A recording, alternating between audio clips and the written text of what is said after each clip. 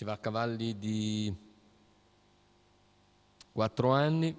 Giulianova, American Dante, Amor Nero Rock, Asnaur de Rum, Atena Caff, Casar de San Juan, Astrid Trio e Averla Jet. Si ritorna sul miglio, dicevo, vediamo la partenza. Atena Caff ancora, Enrico Bellei velocissimo, assume in breve il comando, supera Amor Nero Rock, mentre più indietro in terza posizione è Giulianova.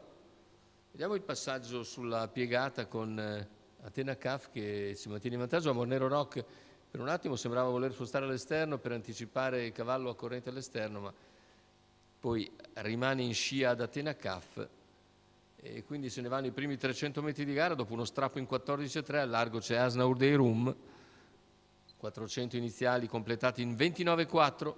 Asnaur de Rum va a impegnare o perlomeno ad apparigliare Atena Caff a contatto Amor Nero, che ha ora all'esterno American Dante, mentre in terza posizione lungo la corda c'è Giulianova.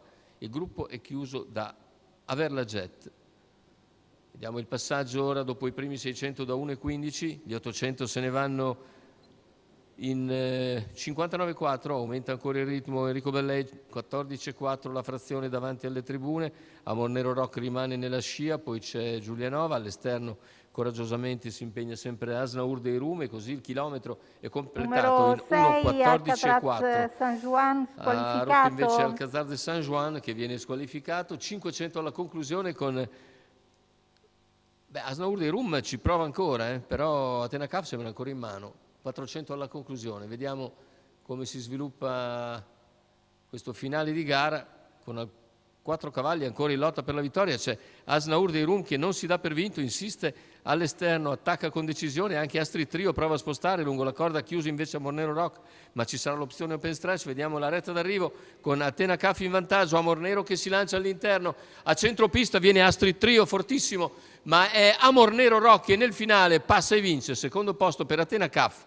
Al terzo chiude bene Astrid Trio, 1,13,7, 28,8. Non è bastato questo ad Atena Caff per arginare Amor Nero Rock, che ha chiuso veramente in maniera fortissima all'interno di Atena Caff. Andiamo a rivedere le immagini finali. Aveva una lunghezza abbondante di margine, ne guadagna una, più di una sicuramente sul traguardo. Vedete, passa già ai 70 metri finali Alessandro Gocciadoro che guarda Enrico Bellei.